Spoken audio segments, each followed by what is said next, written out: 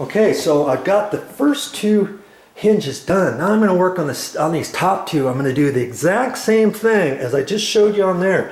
For kicks, from here down, let's just close the door. I've not closed the door yet. In actuality, our gap should be just a hair bigger down there. And we take a look, and look at that. Sure enough, see the gap there? Now see right here, remember it was tight before? Right here at this gap. Remember that was tight before? I've already got it pushed away a little bit. And from here up, it's still pretty tight. See up there? So once I do these two hinges at the top, this one and this one, I suck that over. All it takes is just a little bit that I did before, okay? And you can kind of see, what it could happen. You see here I've got the gap where it's actually pushed the jamb over. But see at the bottom's almost tight now. You can't really do much at the bottom because I put the screws in right here. And that's not going to move the bottom. Plus you've got the trim here, you got the baseboard there, and there's no way that's going to go over. You'd have to take a 2x4 and tap that over, and then you crack this and all that. But you take a look at that. See, in fact, I might want to back this one off just a hair. This particular hinge back out a little bit. Remember that last little bit of the 3-inch? I put a 3-inch screw down at the bottom, and I got a 2.5 up there. Maybe I should take those out. Put a 2.5 down here at the bottom or something. That might kind of help pull this back and kind of flex that back over or something. But you know, this would still be okay if after the doors get painted, because this just hits up against the edge, and so it's probably going to be fine. But I'm going to go ahead and move these top ones over and see what I can do about this rest of this door, okay? Work in progress, keep her going. Okay, I just did that third hinge. I told you I was going to take that bottom hinge out and take those two screws back out. Sure enough, after I did that, look at the gap. See how it's nicer now? And you got a little bit of a gap there. You don't have so much right there. Because once I took those screws out, I could see that come back. And I'm looking over here and see the gap here right where the doorknob is. It's nicer now. And I just keep following that gap down, and it's fine. If anything, it's just slightly a hair bigger. Then right there, granted, I still have to work on that top one, but I don't have to do anything with that. I ended up taking those two screws out. That sucked it in, took it back, and it kind of relaxed it just enough to where I'm fine with that one. I don't have any screws back in there. I went ahead and put these screws back in here, and as you remember, the only screw that's tight is this bottom one. It's this bottom one right here. Got that snug. See that? This one here just spins. And this one just spins.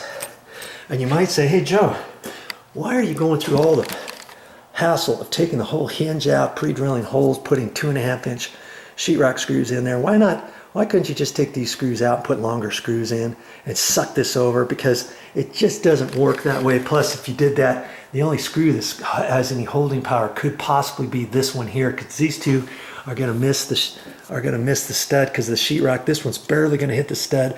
It does barely hit the stud. It could shave off the side of the stud and break off that edge. This one's hardly going to hold. So you got one little screw trying to suck in this whole section of door jamb. There's just no way it's going to do that. That's why I pull that out. I used to just put a nail, because usually it was just the top hinge that was doing it. I used to take an 8-penny galvanized 8, and I put it right there and one up there. Hit it in, take a nail set, whack on it, hope that I miss this and don't hit that with the hammer. Don't hit my fingers and everything. Put some caulking over that and call it good. But then you see you see the head there, and you see the head up there, and then you've got a tendency of that splitting your door jamb too.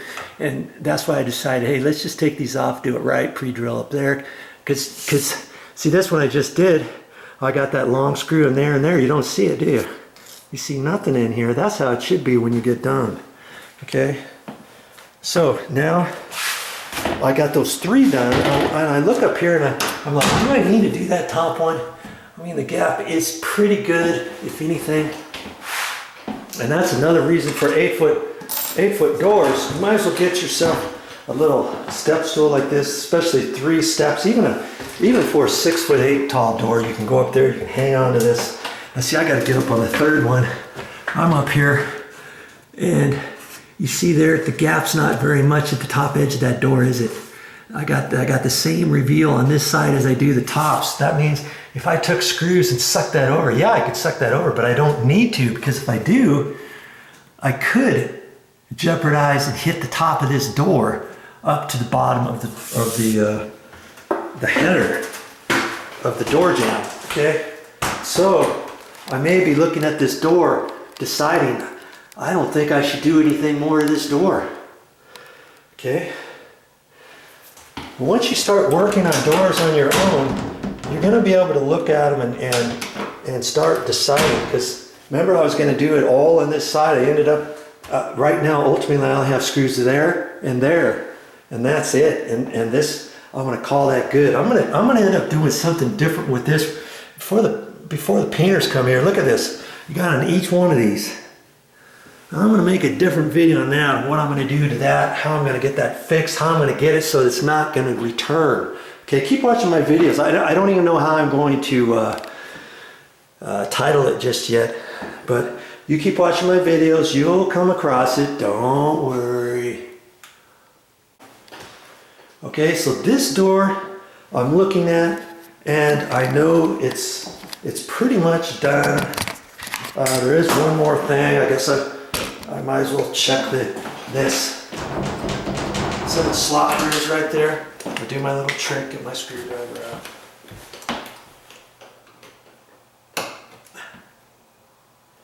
I just want to bend it a little bit. If anything, I'd rather have it chatter a little bit and bend it again than having to push that back. Still just a hair. Because I'm going to bend this just a little bit.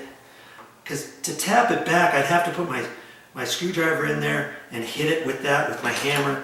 And sometimes if you don't have that little extra nib, some strike plates only have the tab without the little slot. You get one like that, you can't really hit this. You think, oh, I'll do it just right, and I'll hold my mouse just right and hit it like that and tap it back if you get it too tight, let's say. And then you put a little ding, a ding dong right there from your screwdriver hitting that, and you think, oh man, I was going to be careful. Now I know what Joe was talking about. And the only reason why I know that is because I've done it. Okay, my loss is your gain. And I think I'm going to call that good. I mean, it's still just a hair. If you get too much slop, I guess I could go out a little bit more. Last thing you want is to get that at so much of an angle, and usually you don't have that. If you get it to where one door you think you have to do it too far, maybe the edge of this latch doesn't fit in there because that thing's at so much of an angle. You've got the thing closed, you think, oh, that's fine. But in reality, if you pull hard on this without doing the handle, if it's locked and you pull hard, you could pop it right out. You know? Okay, that's good. I like that. There still is just a little bit, geez. Okay. So when you do this, it flexes everything, so it's just a happy medium, and I don't mind. See there? That's better.